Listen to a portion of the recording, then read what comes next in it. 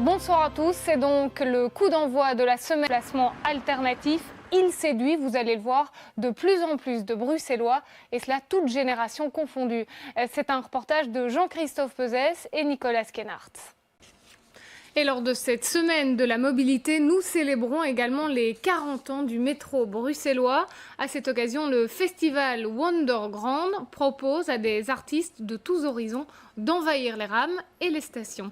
On voit cela avec David Courrier et Anaïs Letiex. Et dans le reste de l'actualité, ces nouvelles arrestations liées à des enquêtes terroristes. David Courrier, 3 personnes ont été interpellées. Certains l'attendaient depuis des années. Le Wi-Fi public se généralise enfin à Bruxelles. 66 points d'accès vous permettent désormais de vous connecter au réseau régional. Wi-Fi.Brussels, c'est son nom. D'ici la fin de l'année, un quart des stations de métro seront équipées. Pauline Armandet, Yannick Van Gensbeek. Tous les étudiants en dernière année de médecine auront leur numéro INAMI. Un accord est donc intervenu hier soir. Le gouvernement fédéral s'en tient à la clé de répartition des quotas. 60% de numéro INAMI pour la Flandre, 40% pour la Fédération Wallonie-Bruxelles. Michel Gailleron décrypte tout cela avec vous. Ce n'est pas vraiment ce que préconisaient les experts.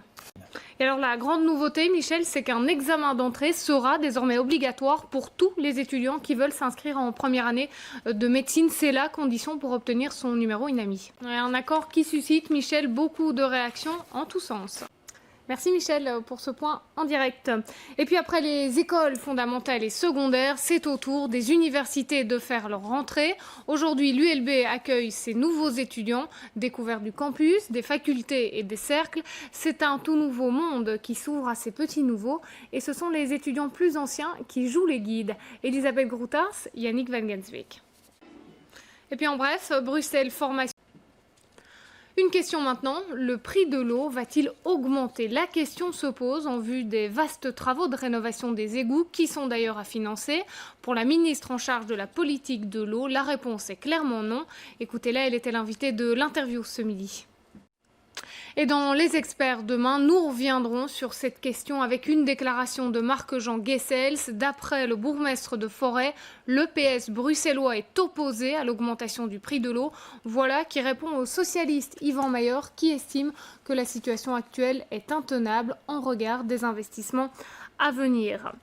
Dans un instant, le dernier M de la semaine. Valérie, au sommaire du MAG ce soir, cette enquête du magazine Médor qui s'est rendue sur le campus Saint-Jean de Molenbeek où se trouvent plusieurs élèves réfugiés. Très chargé puisque ce sont les journées qu'on va annoncer ici ce soir dans M. Et on se réjouit. Merci beaucoup Valérie. Et puis plusieurs nouveautés ce week-end sur BX1. Fini le tout image, le journal du week-end s'humanise avec à la présentation Arnaud de Spiegelard, Michel Gaillard et Marie Bergvens qui vous fixe donc rendez-vous tous les samedis et dimanches à 18h. Et puis Valérie vient de l'évoquer, côté sport, c'est donc l'arrivée d'une nouvelle émission sur le futsal.